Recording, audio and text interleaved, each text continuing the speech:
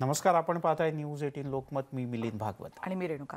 आणि या बुलेटिनमध्ये तुम्हा सगळ्यांचं स्वागत. मिलिंद, आणि यावेळेला आपण वृत्तमालिकेमध्ये शेतकऱ्यांचा प्रश्न आहे आणि त्यावर मोठ्या प्रमाणात पडसाद उमटताना दिसतात आपल्याला. दिल्लीच्या वेशीवर इथे मोठ्या प्रमाणात शेतकऱ्यांचं आंदोलन सुरू आहे आणि हाच आक्रोश त्याला पाठिंबा देण्यासाठी राज्यामध्ये देखील आत्मक्लेश जागर आंदोलन केलं जात आहे.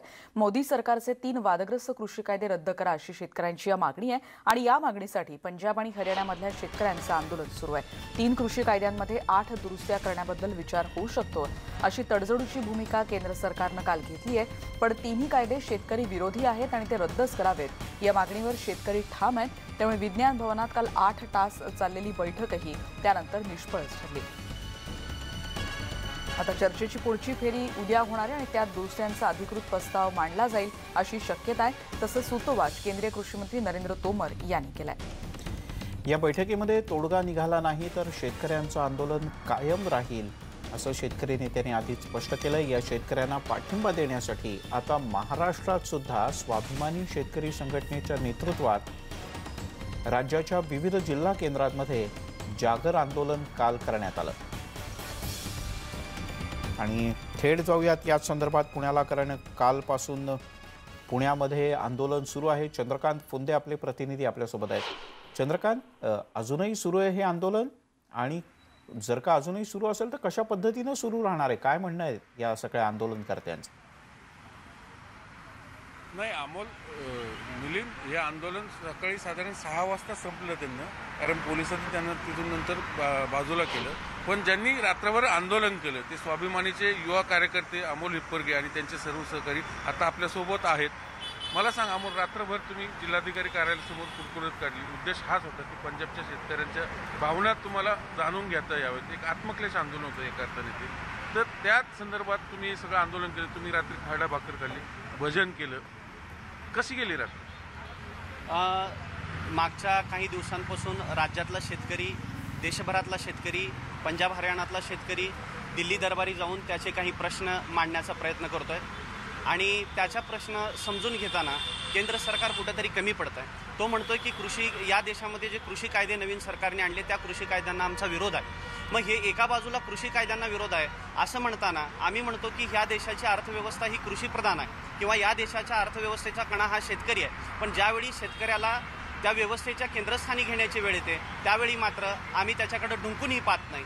आणि या शेतकऱ्यांनी त्यांचं जे मत मांडलेलं आहे ते मत केंद्र सरकार का ऐकून घेत नाही असा सुद्धा आमचा या ठिकाणी सवाल आहे. आणि म्हणून राजू शेट्टी साहेबांनी मागच्या 2 दिवसापासून राज्यभरातल्या 36 जिल्ह्यांमध्ये शेतकऱ्यांच्या, पंजाबमधल्या असेल, हरियाणामधल्या असेल किंवा देशभरातल्या शेतकरी जो दिल्लीमध्ये एकवटलेला आहे त्यांच्या समर्थनार्थ आम्ही काल रात्री पुण्यामध्ये आत्मक्लेश जागर आंदोलन केलं. त्याच्या पाठीमागं भावना हीच होती की त्यांचं जे दुःख आहे ते दुःख आम्हालाही समजून घेता यावं आणि त्या माध्यमातून सरकारला आम्हाला संदेश द्यायचा आहे की जर आज तुम्ही आमच्या मागण्या मान्य करून घेणार नसाल, शेतकऱ्यांचं जे गराण आहे ते तुम्ही जर ऐकून घेणार नसाल तर निश्चितपणे आज आम्ही अहिंसेच्या मार्गाने जातोय. येणाऱ्या काळामध्ये आम्ही भगतसिंगांच्या मार्गाने म्हणजे हिंसेच्या मार्गाने सुद्धा सरकारला धाऱ्यावर धरल्याशिवाय आम्ही राहणार नाही. हे या निमित्तानं मी तुम्हाला सांगतो. रात्र कशी? रात्री स्वाभिमानीचे सगळे पदाधिकारी आणि जिल्हाभरातले शेतकरी पुण्यातल्या कलेक्टर ऑफिस समोर एकत्र आले. त्यांनी सगळ्यांनी आल्यानंतर भजन आणि कीर्तनाला आम्ही सुरुवात केली. भजन केलं, कीर्तन केलं. त्यानंतर आम्ही तिथेच रात्री बसून खरडा भाकरीचा आस्वाद सुद्धा आम्ही तिथेच घेतला. काहींनी झुणका भाकर आणली होती. शेतकऱ्यांनी जे त्यांच्या फडक्यामध्ये बांधून आणलं तेच आम्ही त्या ठिकाणी खाल्लं आणि खाऊन रात्रभर परत एकदा शेतकऱ्यांचं जागर आंदोलन तिथं सुरू राहील. तुम्ही काय काय केलं? कुठल्या जिल्ह्यातनं आला? आम्ही पुणे जिल्ह्याचेच आहे, शिरूर तालुक्यामधून आलो. रात्री आम्हाला यांना जॉईन व्हायला थोडा उशीर झाला शेतातल्या कामावर करून उरकून आल्यामुळं. रात्री यांचं जे म्हणजे स्वाभिमानी जे आम्ही भूमिका घेतली होती ती खूप उल्लेखनीय होती. त्या भूमिकेला आम्ही पूर्णपणे समर्थन करतो. आणि जे केंद्र सरकार जे म्हणजे सरकार स्थापन करताना जे तुम्ही भूमिका मांडता की हा देश कृषीप्रधान आहे आणि निवडून आल्यानंतर दिल्लीमध्ये ज्यावेळेस बसता तुम्ही, ज्या शेतकऱ्यांच्या माध्यमातून तुम्ही निवडून आला असता आणि त्या शेतकऱ्यांना तुम्ही दिल्लीपर्यंत येण्यासाठी थोपवता, हे खूप अशोभनीय आणि निंदनीय बाब आहे. तू काय सांग? माझं नाव पंडित गुंडे, मी नांदेड जिल्ह्यातून आलेलो आहे. तर मी एक मोदी सरकार आंदोलन होतं ना? हा, रात्रीच्या आंदोलन मी होतो. रात्रपती आम्ही जागरण केलं, कीर्तन, आणि सगळ्या शेतकऱ्यांना जमलो होतो. आम्ही बरेच शेतकरी बांधव आले होते आमचे. तर मी मोदीला सरकारला एवढं सांगू इच्छितो की मोदी सरकार म्हणतो की जेव्हा कृषीप्रधान देश आहे असं समजतो, तर आज जवळपास कृषी क्षेत्राचा वाटा आपल्या GDP मध्ये फक्त 14% आहे आणि त्याच्यावर 50% लोक काम करतात. तर मोदी सरकारने विचार केला पाहिजे की की एवढे लोक आपले काम करतात, तर शेतीसाठी आपण काही ठोस पुरावे घेतले पाहिजे.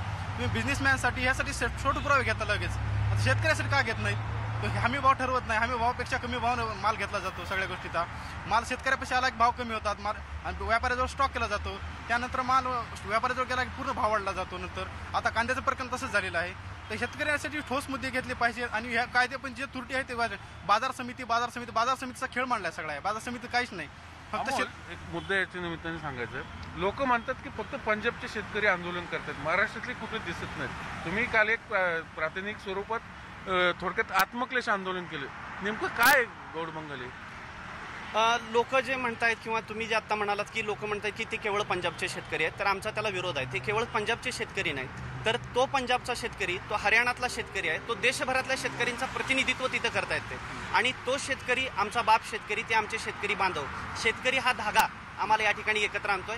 त्यामुळं हे म्हणणं पूर्णतः सरकारचं चुकीचं आहे की केवळ हे पंजाबचे शेतकरी आहेत. किंवा परवाच एका मोठ्या मंत्र्यांनी विधान केलं केंद्र सरकारातल्या, हे खलिस्तानवाद्यांचं म्हणजे हे डाव आहे. पण याला आमचा विरोध आहे. म्हणजे शेतकरी रस्त्यावरती आलाय, तुम्ही त्याला खलिस्तानवादी म्हणताय. शेतकरी रस्त्यावरती आलाय, तुम्ही त्याला हे पंजाबचेच आहेत असं म्हणताय.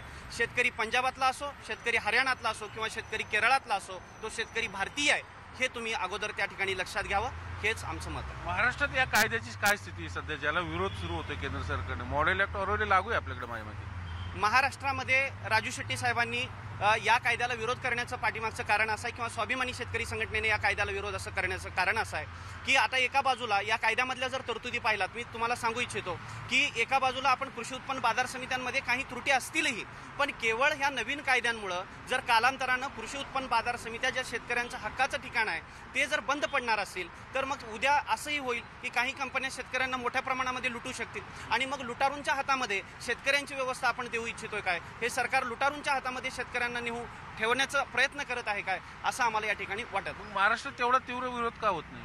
महाराष्ट्रामध्ये तीव्र विरोध येणाऱ्या काळामध्ये 100% होईल. आत्ता आम्ही केवळ सरकारला अगोदर कुठलीही गोष्ट जी आहे ती सनदशीर मार्गाने करावी असं आमचं मत आहे. त्यामुळं मागचे जे 2 आंदोलनं झाले, परवाचं आणि कालचं आंदोलन, हे सनदशीर मार्गानं होतं. येणारं स्वाभिमानीचं आंदोलन येणाऱ्या काळामध्ये हे खूप मोठ्या प्रमाणात तीव्र असेल.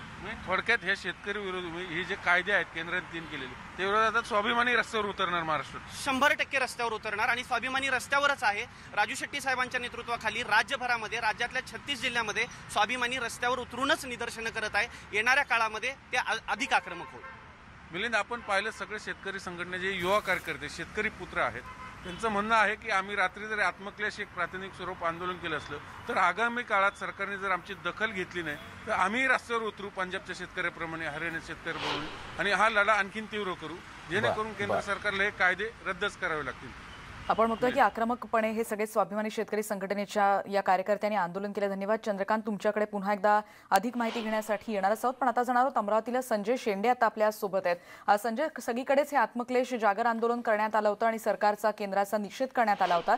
अमरावतीत कशा रीतीने हे आंदोलन झालं, तिथल्या बांधवांनी काय प्रतिक्रिया व्यक्त केल्या आहेत, त्यांच्या काय भावना आहेत? सुवर्ण, केंद्र सरकारच्या काळ्या कायद्याच्या विरोधात, कृषी विधेयकाच्या विरोधात अख्खं देशभर आंदोलन सुरू झालेलं आहे. पंजाब आणि हरियाणाचे शेतकरी दिल्लीत जाऊन बसलेले आहे. आंदोलन देशभरातून सुद्धा या शेतकऱ्यांना पाठिंबा देण्यासाठी. संजय शेंडे यांच्याकडे परत एकदा आपण जाणार आहोत, पण कशा रीतीनं दिल्लीत आंदोलन सुरू आहे त्याची ही दृश्य आपण एकीकडे बघतोय, कारण दिल्लीच्या सीमेलगत हे सगळेच शेतकरी तिथे जमा झालेले आहेत आणि हे सगळे कायदे रद्द करण्याची मागणी त्यांनी केली. आपल्याला माहिती आहे काल महत्त्वाची बैठक झाली आणि त्यात तोडगा निघू शकला नाही, म्हणून 5 आणि 7 तारखेला म्हणजे उद्या आणि परत 7 तारखेला देखील एका बैठकीचं आयोजन करण्यात आलेलं आहे.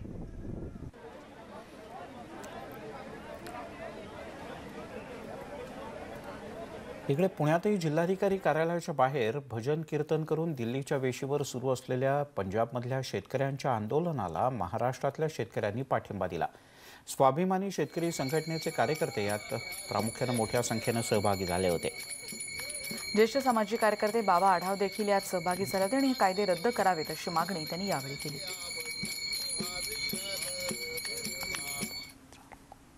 आपण ही पुण्यातली दृश्य आपण बघतोय. जिल्हाधिकारी कार्यालयाबाहेर हे आंदोलन करण्यात आलं होतं. दिल्लीच्या वेशीवरती पंजाबमधले शेतकरी केंद्र सरकारचे जे 3 कृषी कायदे आहेत त्याच्या विरोधामध्ये आंदोलन करतायत आणि त्यांना पाठिंबा देण्यासाठी महाराष्ट्रामध्ये राजू शेट्टी यांची स्वाभिमानी संघटना ही भजन कीर्तन करत किंवा पिठलं भाकर खात रात्रभर जागर आंदोलन जे आहे ते करते आहे। राजू शेट्टी जरी कोल्हापूरला स्वतः बसले असले तरी त्यांचे कार्यकर्ते जे आहेत ते ठिकठिकाणी बसलेत। पुण्याच्या जिल्हाधिकारी कार्यालयाच्या बाहेरचे दृश्य आहे आणि भजन कीर्तन झाल्यानंतर आता हे सगळे जी मंडळी आहेत ती पिठलं भाकर किंवा खरडा भाकर जे शेतकऱ्याचं भोजन आहे, जेवण आहे, ते घेऊन या पंजाबमधल्या शेतकऱ्यांना साथ देत आहे। आपण त्याच्याशी बोलणार आहोत। मला सांगा की महाराष्ट्र आणि पंजाबमध्ये देखील नातं आहे, म्हणजे लढाऊ सैनिक असेल किंवा शेतकरी असेल किंवा संतांची भूमी असेल, हे साम्य आहे। आणखीन काय भावना आहे हा पाठिंबा देण्याच्या मागं? ह्या पाठीमागं ही भावना आहे, माझा बाप शेतकरी आहे आणि तिथं जो दिल्लीत गेला आहे तो पण शेतकरी आहे, माझा बाप शेतकरी आहे। हा धागा, शेतकरी हा धागाच आम्हाला एकत्र आणतो। आम्ही एका बाजूला म्हणतो हा देश कृषीप्रधान आहे, या देशाची अर्थव्यवस्था ही कृषीवरती आधारित आहे, आणि दुसऱ्या बाजूला ज्यावेळी शेतकऱ्याला व्यवस्थेच्या केंद्रस्थानी आणण्याचा विचार होतो त्यावेळी मात्र हे सरकार त्याच्याकडे ढुंकून सुद्धा पाहत नाही किंवा त्याच्या विरोधामध्ये तरतुदी करू पाहतं। मग ही दमनशाही आहे का, ही हुकुमशाही आहे का? मग सरकारच्या हातामध्ये जर ही सत्ता राहिली नाही आणि जर लोकशाही जर इथं संपवणार असेल तर ही जे कायदे यांनी जे अंमलात आणणार आहेत हे आमच्या शेतकऱ्यांच्या जीवावरती लादण्यात येणार आहे आणि सामान्य लोक त्याच्यामध्ये, मध्यमवर्गीय, कामगार वर्ग, ह्या सर्व लोकांचा याच्यामध्ये बळी जाणार आहे। पंजाबमध्ये जे आमचे शेतकरी बांधव बसतात त्यांच्यासाठी तुम्ही लढा द्या, असं जुना बैठा संत नामदेव महाराजांनी पण शेतकऱ्यांसाठी पंजाब गाठलं। पंजाबमध्ये शेतकऱ्यांच्या लढ्यासाठी नामदेव महाराजांनी पण नेतृत्व केलं आहे। त्यामुळं महाराष्ट्राचं आणि पंजाबचं नातं आहे ना, एक संतांच्या भूमीचं नातं आहे असं मला वाटतं। शिफारशी आहेत त्या विश्वासात घेऊन चर्चा करून रद्द करा हा निर्धार दाखवत पुण्यामध्ये देखील भजन कीर्तन असेल किंवा खरडा पिठलं भाकरी खात असेल हे आंदोलन जे आहे ते सुरू आहे। व्हिडिओ जर्नलिस्ट सचिन अंचाडेसह अद्वैत मेहता, न्यूज 18 लोकमत, पुणे। त्यामुळे रात्रभर शेतकऱ्यांनी आंदोलन केलं। सकाळी यांना, या सगळ्या शेतकऱ्यांना इथून जा म्हणून पोलिसांनी सांगितलं म्हणून ते निघाले, पण मगाशी आपले प्रतिनिधी चंद्रकांत फुंदे यांनी जशी बातचीत केली होती त्यांचं म्हणणं आहे की आम्ही ठाम आहोत आमच्या मागण्यांवर आणि आमचं आंदोलन इथून पुढे सुद्धा सुरूच राहील। आणि यानंतर आपण बघणार आहोत की कशासाठी हे आंदोलन केलं जाते, शेतकऱ्यांच्या 7 प्रमुख मागण्या काय आहेत त्यावर एक नजर आपण टाकणार आहोत। त्यांची पहिली मागणी सगळ्यात महत्त्वाची ती म्हणजे तिन्ही कृषी कायदे मागे घ्या। दुसरी मागणी ही की वायू प्रदूषण कायद्यात पुन्हा बदल करावा। वीज बिलाच्या कायद्यामध्ये बदल करावा। MSPवर लेखी स्वरूपाची हमी द्यावी। कॉन्ट्रॅक्ट फार्मिंगला शेतकऱ्यांनी आक्षेप नोंदवलेला आहे आणि विधेयकाची मागणी ते नसतानाही का आणलं असा सवाल देखील त्यांनी उपस्थित केला। डिझेलची किंमतही निम्मी करा असं देखील त्यांनी म्हटलंय। राष्ट्रवादीचे अध्यक्ष शरद पवार बोलतात, आपण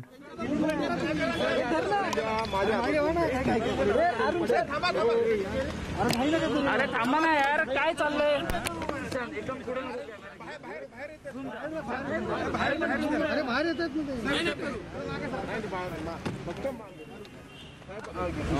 एक केव्हा अपवाद वगळता, म्हणजे तुम्ही नंदुरबारचा अपवाद वगळता महाविकास आघाडीला सगळीकडे मोठं यश मिळालेलं आहे। काय याच्यातनं साधारणपणे संकेत जात आहेत?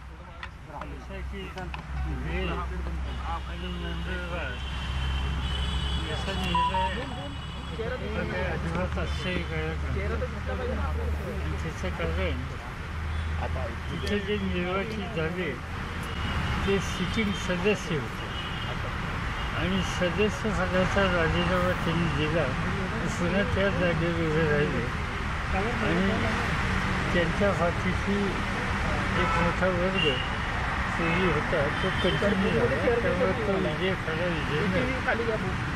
पण बाकीच्या सगळ्या ठिकाणचे जे निकाल आहे ते महाराष्ट्रामध्ये महाविकास आघाडीने एकत्रित काम करायला सुरुवात केली आणि गेल्या वर्षभराचा जो काही परफॉर्मन्स दाखवला त्याच्यावर लोकांना शिक्कामोर्तब केली। त्याच्यामध्ये मुख्यतः नागपूर या जागेवर गेली अनेक वर्ष आम्हाला कधी यश मिळालं नव्हतं। गडकरी आणि फडणवीस यांच्याकडच्या जागा अनेक वर्षापासून होत्या, पण नागपूरला सुद्धा काँग्रेसचा विजय, महाविकास आघाडीचा विजय याचा अर्थ लोकांनी आजपर्यंत ज्यांना स्वीकारलं त्यांच्यापेक्षा वेगळा निर्णय यावेळी घेतला.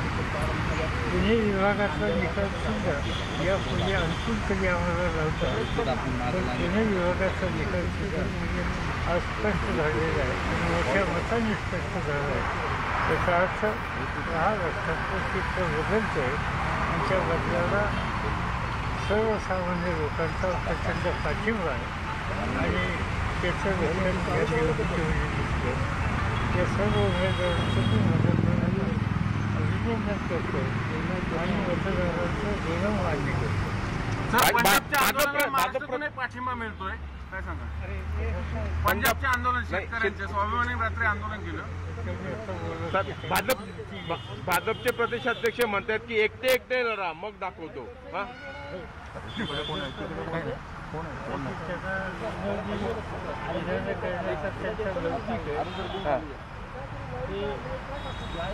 मागच्या वेळेला कसं निवडून आले विधान परिषदेला आमच्यामध्ये एकापेक्षा जास्त उमेदवार होतात त्यामुळे ते निवडून आले आणि त्यामुळं त्याचा अंदाज त्यांना होता आणि म्हणूनच त्यांनी पुणे शहरातला त्यांच्या दृष्टीनं सोयीचा मतदारसंघ स्वीकारला.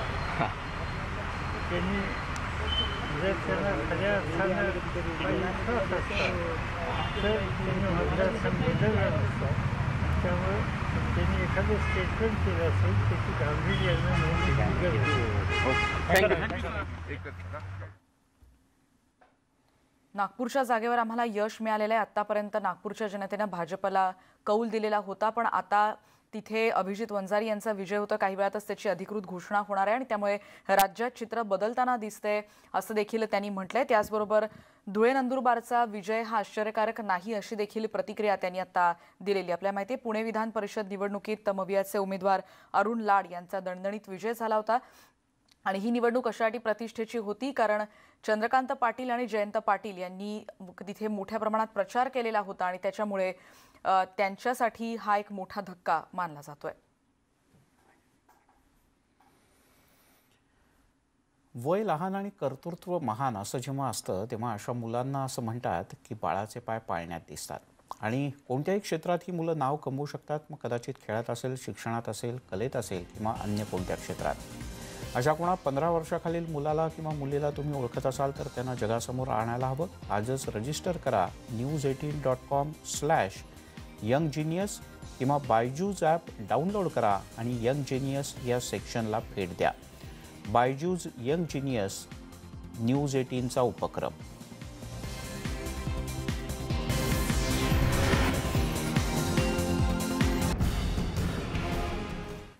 ब्रेकनंतर आपल्या सगळ्यांचं पुन्हा एकदा स्वागत. आपल्या विविध मागण्यांसाठी आणि आपल्यावर अन्याय होतोय, आपलं कोणी ऐकून घेत नाहीये किंवा जे कायदे सरकारने केले ते कायदे अन्यायकारक आहेत असं वाटल्यानंतर पंजाबसह विविध राज्यातल्या शेतकऱ्यांनी दिल्लीच्या वेशीवर ठाण मांडलंय आणि 8 दिवस झाले पण हे शेतकरी हटायला तयार नाहीत. आणि या बातमीचे अपडेट्स आपण घेणार आहोत पण थेट जाणार आहोत पुण्याला. आता अरुण लाड काय प्रतिक्रिया देतात ऐकूयात कारण अरुण लाड यांचा आता दणदणीत विजय झालाय. त्या 2 वेळा आम्ही खेडोपाडी गेलो, वाडीवस्ता गेलो, तिथं मतदान नोंद केली, सामान्य माणसाकडे गेलो आणि तिथं मतदान नोंद केली. त्यामुळे आम्हाला शाश्वती आली आणि महाविकास आघाडीने आम्हाला पाठिंबा द्यायला त्यामुळे इतकं मोठं यश आम्हाला मिळवत आलं. आणि या यशात आणखी एक चंद्रकांत दादाचा वाटा मोठा असं म्हणूया आपण का मागच्या 2-3 दिवसाच्या पाठीमागे दादाने अशी मुलाखत केली की मी 2 वेळा निवडून आलो पण माझं राहिलेलं काम दादानं काही कामच केलं नाही. राहिलेलं काम म्हणजे देशमुख काय कामच नव्हतं. त्यामुळं लोकांना, मुलांना वाटलं, युवकांना वाटलं, पदवीधरांना वाटलं आता दादाच्या हातनं काय, दादाच्या पक्षातनं काय होऊ शकत नाही. त्यामुळे त्यांना शिक्षा दिली आणि आम्हाला पुढं वाटचाल गती दिली आणि त्यांनी आमच्यावर विश्वास ठेवला, पदवीधरांनी विश्वास ठेवला का त्यांचं कुणीच काही काम केलं नाही. दादा इतके मोठे म्हणजे पक्षाचे नेते होते, 2 नंबर मंत्रिपद होतं आणि त्यांनी साधा म्हणजे पदवीधर हा शब्द सुद्धा कधी विधान परिषदेत किंवा सत्तेत काढला नाही. आणि त्यामुळं युवकांचा ते म्हणजे पदवीधरांचा अपेक्षा बघ झाला आणि त्यांना आता बदलायचं होतं. बदलाच्या भूमिकेत सगळे युवक होते, पदवीधर होते आणि त्यांना मला पाठिंबा दिला का त्यांना काय ते घडवायचं आहे. अगदी दादाने कधी त्यांचं ऐकलं नाही, ऐकायचं त्यांचं कधी ध्यानातही आलं नाही. पण दादाने न ऐकल्यामुळं आणि दादाने जे सांगितलं किंवा माझं काम त्यांचं कामच काय केलं नाही तर ते काम लोकांच्या युवकांच्या ध्यानात आलं की आता यांच्याकडे काही काम होत नाही, महाविकास आघाडीच्या कडून काही ना काही काम होऊ शकतं का. मी मागच्या वेळी मी एकटा होतो, आता मी एकटा नाही, महाविकास आघाडी तिन्ही पक्ष घटक पक्ष माझ्या पाठीशी आहेत आणि त्या माध्यमातून काही ना काही होऊ शकतं असं प्रत्येक पदवीधाऱ्यांना वाटलं. त्यामुळे त्यांना इतकं मोठं यश आम्हाला देऊन गेले. असं बोललं जातंय की याच्यामध्ये 80% योगदान जे स्वतः अरुण लाडांचं आहे आणि 20% नाही, तसं ते मला मान्य नाही. काय एकट्यानं कोणी श्रेय घ्यायचं काही काम नाही. आम्ही जमिनीवर कायम असतो, हवेत कधीच नसतो. त्यामुळं सगळ्या महाविकास आघाडीचे ते यश आहे. आणि तुम्ही बघितलं असलं त्या अगदी म्युन्सिपाल्टी की आम्ही गावात पंचायती इलेक्शन लढवतो त्या जिद्दीनं सगळे कामाला लागले होते, त्या जिद्दीनं प्रत्येकाला भेटले होते. इतका मोठा मतदारसंघ, 5 जिल्हे, 58 तालुके आणि आयोगाने निवडणूक आयोगाने आम्हाला फक्त 2 आठवडे मुदत दिली होती. तेवढ्यात आम्हाला त्यांना गाठायचं, त्यात ती पळाली, पुन्हा शाळा बंद. पण तेवढ्यासुद्धा आमच्या लोकांनी युवकांनी प्रत्येक घरटी गेले, मतदानाची भूमिका आमची भूमिका समजावून सांगितली आणि मतं मागितली. त्याचा हा परिणाम आहे. मला इतके मोठे निवडून गेले. साहेब, आपली इलेक्शन कॅम्पेनमध्ये दोन्ही उमेदवार तुमच्यावर आणि त्यांच्यावर आरोप असं झाले की तुम्ही दोघे साखर सम्राट आहात, पदवीधरचा तुमचा संबंध नाही. तुम्ही निवडून आलात, आता तरी तुम्ही पदवीधरांचे प्रश्न काय काय? आता साखर सम्राट असं मला कुणी म्हणू नये का. मी JD बापूंनी उभा केलेल्या सगळ्या संस्थांचा, सगळ्या कारखान्याचा मी एक घटक आहे. आणि आज मी चेअरमन असलो, मी चेअरमन म्हणून साखर सम्राट म्हणून कधीच नव्हतो. आम्हाला JD बापूने असं शिकवलं, तुम्ही तिथं मालक व्हायचं नाही, त्या संस्थेचं तुम्ही विश्वास असायचं, कंपाऊंड असायचं. आणि कुंपण म्हणून आम्ही तिथं आहे. त्यामुळं आम्ही कुठलाही एका शेतकऱ्याचे 2 पैसे कधी बुडवले नाही, तोडणी होतो पैसे कधी म्हणजे ठेवले नाहीत. आणि हे केन पेमेंटसुद्धा वेळच्या वेळी दिलेलं आहे. बँकेचं पैसे व्याज कधी ठेवले नाही. आणि उलट आमच्याकडं जवळ 1,500 लोक कामाला आहेत, प्रत्यक्ष 1,500 अप्रत्यक्ष कामाला. आणि छोटे मोठे उद्योगधंदे काढलेले 5,000 लोकांना हाताला काम मिळाले. म्हणजे काय चूक केली का मी. साखर सम्राट आणि ऊसाचं उत्पन्न आमच्या भागाचं एकरी कारखान्याकडे 28 टन होतं, आता आम्ही 52 टनावर गेलो, ठिबक 55 टनावर गेलो. मी काय चूक केली का. जे केलाय तर शेतकऱ्यांचा सामान्यांचा फायदाच केलाय असंच म्हणावं लागेल. आणि आज आम्ही कुठल्याही वेगळ्या भूमिकेत नाही. साखर सम्राट मला कुणीही म्हणून नये, आम्ही त्याप्रमाणे वागत नाही, वागायला आम्हाला शिकवलेलं नाही. सामान्यांच्या भूमिकेत आम्हाला जायला JD बापून शिकवले आणि तीच भूमिका आम्ही पुढे बजावतोय आणि त्या भूमिकेत आम्ही चाललेलो आहे. त्यामुळे आमचा विश्वास आहे. आज कुणी काय म्हटलं, प्रत्येक आम्हाला ऊस संपत नाही, इतक्या लोक आम्हाला ऊस देत आहेत. कुंडल एक गाव असं आहे की तिथं ऊस नव्हता, आम्ही आधी लिफ्ट उभा केल्या, आमचा ऊस उभा केला, मगच कारखाना काढला. काय चूक केली. पदवीधरांचे प्रश्न जे काय आहे ते सोडण्यासाठी आता तुम्ही आमदार झालोय. आता मी पहिल्यांदा पदवीधरांचा हक्क काय त्यांना ह्या म्हणजे मतदारसंघात काय काय हक्क दिले ते आधी समजावून घेईन, शासनाला पुढे मांडेन. काय पदवीधर हा मतदारसंघ तुम्ही निर्मिती केली, पण काय आहे त्यासाठी काय तुम्ही दिले, कशासाठी आहे हा पदवीधर मतदारसंघ ते समजावून घेईन. आणि प्रत्येकाचे तेव्हा आपण पाहिलं दावा केलेला आहे त्यांनी जबरदस्त विजयाचा, म्हणजे ते जिंकलेलेच आहेत, आता औपचारिकता सुद्धा नाही, म्हणजे थेट विजयच घोषित झालेला आहे. आणि या यशामध्ये आघाडीच्या बेरजेचं गणित जसं आहे तसं भाजपतल्या वजावाकीचं गणित सुद्धा पथ्यावर कसं पडलं हे सुद्धा ते सांगतात. अगदी. आणि यानंतर आपण पुन्हा एकदा वळणार आहोत वृत्तमालिकेकडे. शेतकऱ्यांचा आक्रोश आता दिल्ली दरबारी पोहोचतोय, पण नवी दिल्लीतले जे शेतकरी गेल्या 8 दिवसांपासून आंदोलन करतायत त्यांनी आणखीन काय प्रतिक्रिया दिल्या, त्यांची नेमकी भूमिका काय, या बातमीकडे पुन्हा एकदा वळूयात, ऐकूयात त्यांच्या काय प्रतिक्रिया आहेत. देश के किसान की हालत इतनी खराब कर रखी है कि उसे मजबूर में सड़कों पे आना पड़ा है. हमारा निवेदन है कि इसमें वैसे भी भारत की स्थिति इस कोरोना से बहुत खराब है. जो जितने भी संतरी वंतरी यहाँ पर है, तुम्हारी तामझाम है, सब किसान की है. अरे भाई, किसान तो अन्न पे दे रहा है, हम क्या मांग रहे हैं, अपना हक मांग रहे हैं. अरे दादा एक मिनट, अपना हक मांग रहे हैं, इस हक को दे दो. उम्मीद के कारण ही हम यहाँ सब किसान आए हुए हैं. उम्मीद से अगर हम उम्मीद में ही रहेंगे, और ये बात है कि उम्मीद जो है उसको हम ये ना सरकार हमें मजबूर कर दे कि हमें उम्मीद में आगे बढ़ते बढ़ते सरकार के गले में हाथ डालना पड़ जाए. और जब तक ये मांग नहीं, हमारी जो किसानों के ऊपर 3 काले कानून, बिजली कानून और एक पराली जलाने का 1 करोड़ रुपया जुर्माना रखा हुआ है किसान के ऊपर, ये जो नए नए कानून जिनकी ज़रूरत नहीं है वो थोपे जा रहे हैं, पहली बात। और किसान इनकी 3 तारीख की मीटिंग दे के आज हर गांव से, हर शहर से किसान दिल्ली की तरफ चल पड़ा है। आपण बघतोय शेतकऱ्यांनी म्हटलं की आमचा हा हक्क आहे आणि त्याच मागणीसाठी आता आम्ही इथे पोहोचलेलो आहोत आणि आमचा हक्क मागे मिळाल्याशिवाय आम्ही काही मागे हटणार नाही असं या सगळ्याच शेतकऱ्यांनी स्पष्ट केलेलं दिसतंय। यासोबतच या बुलेटिनमध्ये एक छोटासा ब्रेक घेऊयात, पण ब्रेक नंतर आपली ही वृत्तमालिका सुरूच राहील। शेतकऱ्यांचा आक्रोश दिल्ली दरबारी तर पोहोचलाय, पण त्यातून आता मार्ग कसा निघतो हे आपल्याला पाहायचं। छोटासा ब्रेक घेऊया।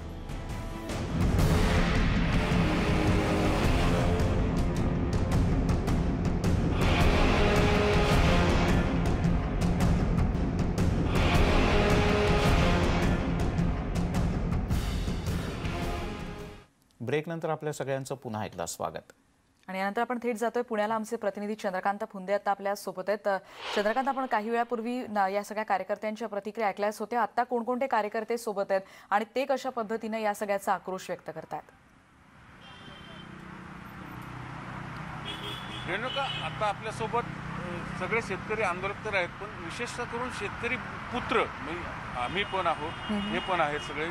शेतकऱ्यांची समस्या सगळ्यात जास्त कोण समजू शकतं? त्यांची मुलं, कारण ती मुलं पुढं शिक्षित झालेली पिढी आहे, तर त्यांना ते कसं बघता या सगळ्या प्रश्नाकडं? अमोल, मला सांग, आपण आपल्या बापांनी खस्ता खाल्ल्या, कधी उत्पन्न निघालं नाही शेतीत, म्हणून आता एक पुन्हा सरकार कायदे आणतंय शेतकरी हमी भावाची आठच त्यातून काढून टाकते अक्षरशः खाजगीसाठी। ते शेतकरीचं पुत्र म्हणून आपण आताही आपण जरी शिकलो असतो, पण आपली शेती आहे, आपले आई वडील जरी करत असले, मग याचा फटका शेवटी आपल्याला बसणार आहे।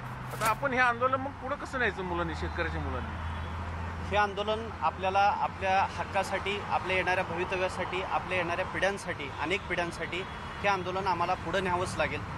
दिल्लीमध्ये मागच्या 8 दिवसापासून शेतकरी नवीन जे कृषी कायदे आले त्या कायद्यांच्या विरोधामध्ये मोठ्या संख्येनं, लाखोंच्या संख्येनं, मला वाटते स्वातंत्र्यानंतर पहिल्यांदाच एवढ्या लाखोंच्या संख्येने शेतकरी तिथे गेला आणि तो केंद्र सरकारला सांगतोय की तुम्ही जे कायदे केले त्या कायद्यातल्या काही तरतुदी त्या अत्यंत चुकीच्या आहेत।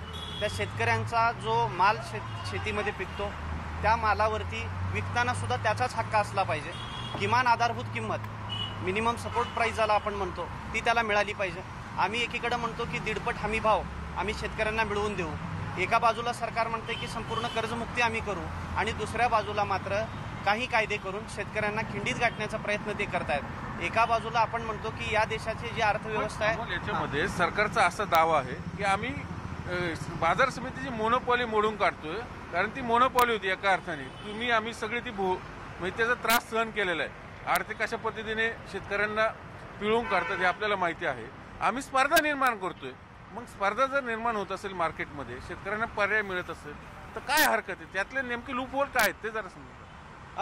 आता तुम्ही म्हणालात की ज्या बाजार समित्या आहेत त्या बाजार समित्यांची मोनोपॉली सरकार मोडू पाडतं, पण ज्यावेळी तुम्ही बाजार समित्यांमध्ये ज्या काही त्रुटी आहेत त्या त्रुटी आपण दूर करूया। बाजार समित्यांची मोनोपॉली याचा अर्थ तुम्ही एकदम कॉम्पिटिशनला जर मोठमोठ्या कंपन्या बाजार समित्यांच्या येणार असतील तर आज कंपन्या काय करतील, मोठा भाव देऊन शेतकऱ्यांचा शेतीमाल खरेदी करतील, कालांतरानं बाजार समित्या बंद पडतील, आणि ज्यावेळी बाजार समित्या बंद पडतील त्यावेळी मात्र हे परत कंपन्यांना असं कुठं लिहिलेलं नाही की तुम्ही एवढा हमी भाव द्या, तेवढाच भाव द्या। मग त्यावेळी कंपन्या काय करतील की शेतकऱ्यांची लूट मोठ्या प्रमाणामध्ये करू शकतील। त्यामुळं बाजार समित्या बंद पाडून चालणार नाही, किंवा बाजार समित्यांची मोनोपॉली मोडून काढा। आता धुळ्यामध्ये एक बाजार समिती आहे, त्या बाजार समितीचा आदर्श राज्यातल्या इतर बाजार समित्यांनी घ्यावा, किंवा देशामध्ये जिथं जिथं APMCs आहेत तिथं त्यांनी त्यांचा आदर्श घ्यावा। आणि थोडक्यात सरकारने जर ह्या खाजगी कंपन्यांनाही जर हमी भावाची अट टाकली तर तुम्हाला मान्य आहे? सर नाही, तसं म्हणता येणार नाही।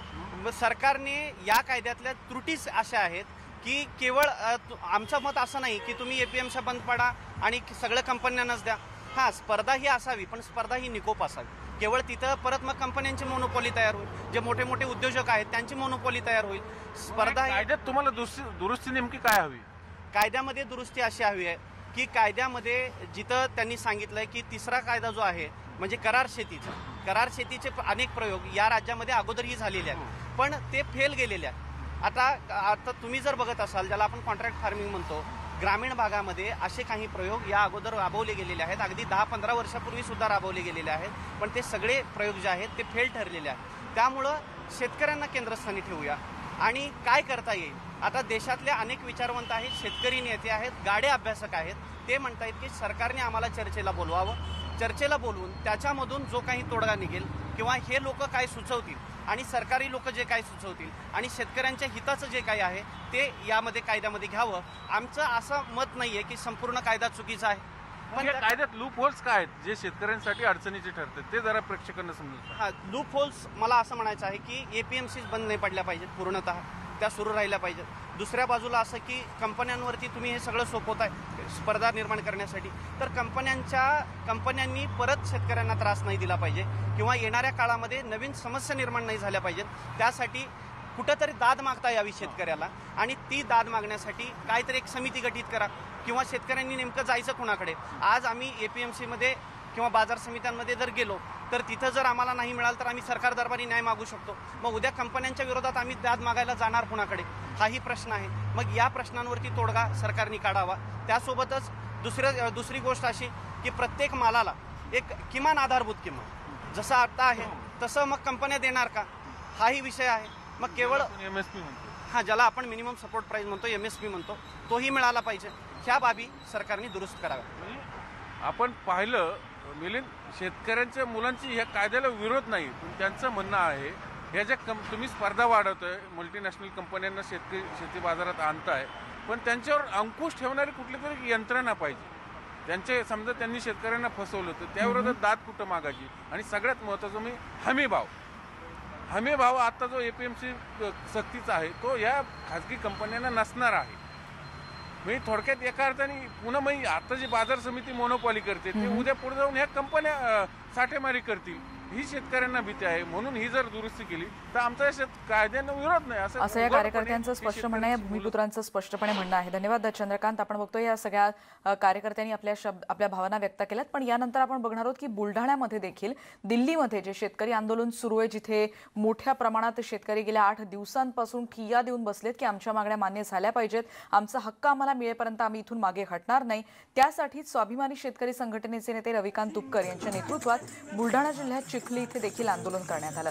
तुपकर यांनी स्वतः देखील आंदोलनात सहभाग घेत भजन गात हे आंदोलन पार पडलं आणि यावेळी आंदोलकांनी तिथेच घडून आणलेल्या ठेचा भाकरीचा देखील आस्वाद घेतला. केंद्र सरकारला जागं करण्यासाठी हे भजन कीर्तन आंदोलन करण्यात आलं आणि राज्यभरात पुढच्या काही दिवसात आंदोलन अधिक तीव्र करण्याचा इशारा सुद्धा शेतकरी संघटनेनं दिला आहे. राजा भीमकाजी होती रुक्मिणी उपवारा, राजा भीमकाजी होती रुक्मिणी उपवारा, जीवन पत्रिका दिला देशो देशावर,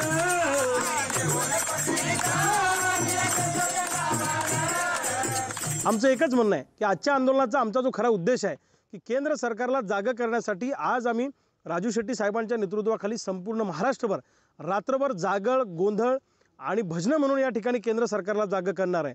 केंद्र सरकारला आमचं एकच सांगणं आहे की दिल्लीतल्या आंदोलनाची तातडीनं दखल घ्या आणि शेतकऱ्यांच्या प्रश्नावर तोडगा काढा. अन्यथा आज आम्ही गोंधळ, भजन, जागरण करून या ठिकाणी शांततेच्या मार्गाने बसलो आहोत.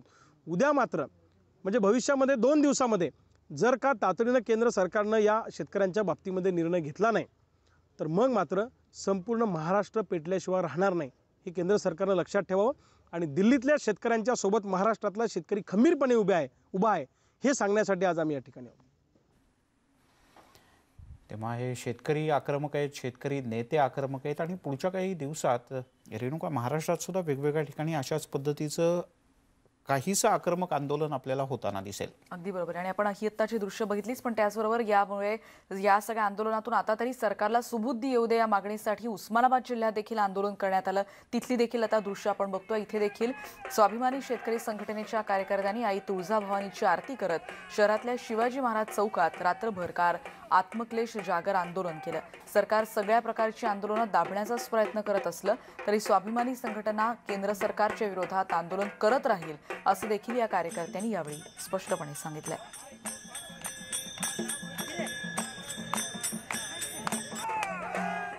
लाख शेतकऱ्यांचा हे सरकार त्यांच्या मागण्या मान्य करत नाही आणि म्हणून या सरकारचा निषेध म्हणून, केंद्र सरकारचा निषेध म्हणून या ठिकाणी आम्ही आज देवीला जागरण गोंधळ घालून या सरकारला सद्बुद्धी यावी आणि या शेतकऱ्याला, शेतकरी कायद्याला विरोध या सरकारला करत आहे, म्हणून त्या शेतकऱ्याला पाठिंबा म्हणून आज आम्ही या ठिकाणी आई भवानीचा गोंधळ घालून छत्रपती शिवाजी महाराजांना सांगून आज या ठिकाणी या सरकारचा आम्ही या ठिकाणी आज निषेध करत आहोत। या सरकारला सतत विवेक बुद्धी येण्यासाठी छत्रपती शिवाजी महाराजांना साकडं घालतो आहोत की शेतकरी विरोधक कायदा करू नका। त्यामुळे सरकारला सुबुद्धी येऊ दे किंवा वेगवेगळ्या मार्गाने आंदोलन करत किंवा आत्मक्लेश सारखं आंदोलन करत राज्यभरातले शेतकरी सुद्धा आता हळूहळू आक्रमक होत आहेत। वेगवेगळ्या शेतकरी संघटनांनी याच प्रकारच्या आंदोलनाचा इशारा दिलेला आहे। आपण ही सोलापुरातली दृश्य पाहतोय। आता सोलापूर जिल्हाधिकारी कार्यालयाच्या बाहेर काल संध्याकाळी उशिरा आंदोलन सुरू झालं आणि रात्रभर इथे आंदोलन सुरू होतं। या आंदोलनात मोठ्या प्रमाणात शेतकरी आणि शेतकरी संघटनेचे कार्यकर्ते सहभागी झाले होते। या आंदोलनकर्त्यांशी बातचीत केली आमचे प्रतिनिधी सागर सुरवसेन। काय नक्की आंदोलन करताय तुम्ही, काय नक्की उद्देश घेऊन हे पुढे चाललेले आंदोलन? केंद्र सरकारने केलेले शेतकरी विरोधी कृषी कायदे रद्द करावेत, तसेच जे कृषी विधेयकाच्या विरोधामध्ये दिल्लीमध्ये सुरू असलेल्या देशभरातील शेतकऱ्यांच्या आंदोलनाला पाठिंबा देण्यासाठी म्हणून आज आम्ही सोलापूर जिल्हाधिकारी कार्यालयाच्या बाहेर थंडीमध्ये एक रात्रभर जागर आंदोलन करत आहोत। कारण या कृषी विधेयकामध्ये कुठेही हमीभावाचा उल्लेख नाही आहे, कुठल्याही कंपनीला हमीभाव बंधनकारक केलेला नाही। या कॉर्पोरेट कंपन्या आज शेतकऱ्यांच्या बांधावर जातील, हमीभावापेक्षा जास्त दराने खरेदी करतील। इथं APMCचा जो कायदा आहे, मार्केट कमिटी आहेत, या बंद पडल्यानंतर ह्या कंपन्या मनमानी कारभार करतील। कुठून आलात तुम्ही आणि काय नक्की भूमिका आहे आपली? खुल्या अर्थव्यवस्था स्वीकार करीत असताना दलाल नष्ट झाले पाहिजे, ही आमची संघटनेची भूमिका आहे। परंतु ह्यामध्ये जर हमीभावाचा उल्लेख नसेल तर हे विधेयक येऊन तरी काय फायदा? वास्तविक पाहता ज्या मोदी सरकारनं जे पहिल्यांदा वचन दिलं होतं की स्वामीनाथन आयोग आम्ही लागू करतो, उत्पादन खर्च अधिक 50% नफा म्हणजे स्वामीनाथन आयोग, तो लागू करणं आज गरजेचं आहे, तरच शेतकऱ्याला आजचे दिन येणार आहेत। काय या आंदोलनाचा मुख्य हेतू आहे? या आंदोलनाचा मुख्य हेतू असा आहे की शेतकऱ्यांना जो आता नवीन कायदा होतोय त्याच्यामध्ये न्याय मिळणार नाही, न्याय मिळण्यासाठी त्यांना हमीभावाची गरज आहे। वास्तविक असं परिस्थिती आहे सध्या की केंद्र शासन अनेक बिरुदावली या शेतकऱ्यांना लावतंय। या बिरुदावली लावणं फार वाईट आहे। कोणताही शेतकरी हा मातीचा मुलगा आहे, तो कुठल्याही जातीचा नाही, कुठल्याही धर्माचा नाही। कुठून आलात तुम्ही आणि कशासाठी हे आंदोलन करताय? आम्ही रिजोरे गावावरून आलेलो आहे। मुळात जो केंद्र सरकारनं कायदा केला आहे त्यात कुठेही शेतकऱ्याला विश्वासात घेतलेलं नाही। जे कायद्याची पार्श्वभूमी लोकांपर्यंत शेतकऱ्यांना पोचून दिली नाही आणि बहुमताच्या जोरावर कायदा पास केला, परंतु शेतकरी नेते आणि शेतकऱ्यांच्या ह्या ध्यानात आलं की हे सरकारनं घातलेलं कारस्थान आहे आणि याच्यामध्ये शेतकरी भरडला जाणार आहे। भविष्यात ह्या कंपन्या स्वस्त दरानं शेतीमाल खरेदी करतील, त्याचा स्टॉक करतील आणि पुन्हा स्टॉक संपल्यानंतर तो चढ्या भावाने विकतील, म्हणजे इकडं ग्राहकाची पिळवणूक होईल आणि शेतकऱ्याची पिळवणूक होईल। व्हिडिओ जर्नलिस्ट अनिल कामेसह सागर सुरवसे, न्यूज 18 लोकमत, सोलापूर। त्यामुळे दिल्लीमधलं आणि राज्यातलं सुद्धा आंदोलन कदाचित पुढच्या काही दिवसात तीव्र होईल जर का केंद्र सरकार या आंदोलकांचं समाधान करू शकलं नाही तर। अगदी खरं आहे आणि त्यामुळेच येणाऱ्या बैठकांकडे लक्ष असणारे शेतकरी नेते त्यात सहभागी होतीलच। बघूयात त्याचे आणखीन काय काय परिणाम जाणवतात आणि या सगळ्याचे अपडेट्स येणाऱ्या बुलेटिनमध्ये देखील या वृत्तमालिकेतून तुमच्यापर्यंत पोहोचवत राहणार आहोत। आता एक छोटासा ब्रेक घेऊन परत भेटूयात।